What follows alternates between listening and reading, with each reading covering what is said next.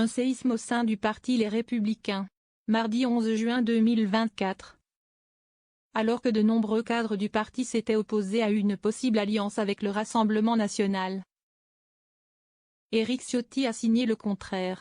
Sur TF1. Il a déclaré que la droite a besoin d'une alliance avec le parti arrivé en tête des élections législatives dans la perspective des élections législatives.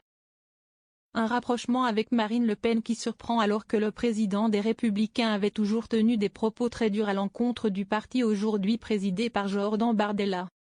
Par exemple, en octobre 2021, alors qu'il était candidat à la primaire interne des Républicains en vue de l'élection présidentielle de 2022.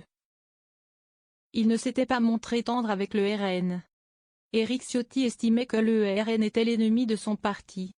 Le Front National, le Rassemblement National, est historiquement l'adversaire voire l'ennemi de la famille gaulliste. Pour des raisons historiques qui plongent leurs racines très loin d'ailleurs, avait-il déclaré avant d'ajouter.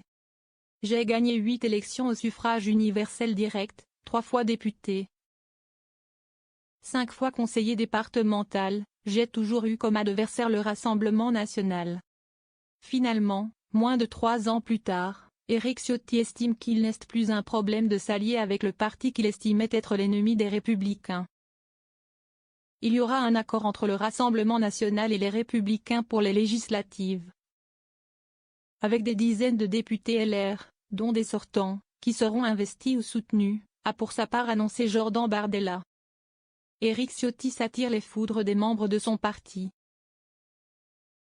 Alors qu'Éric Ciotti fait face à la fronde de nombreux cadres de son parti, les Républicains devraient convoquer un bureau politique dès le 12 juin. Le président de la région Hauts-de-France Xavier Bertrand, qui fait partie de ce parti, estime que son président l'a tout simplement trahi. Il nous a trahis pour un poste de ministre, a-t-il déclaré sur TF1, si est misérable, si est profondément indigne. Il a ainsi estimé qu'il devait tout simplement démissionner de ses fonctions de président et être exclu des Républicains après avoir annoncé une alliance avec le Rassemblement national.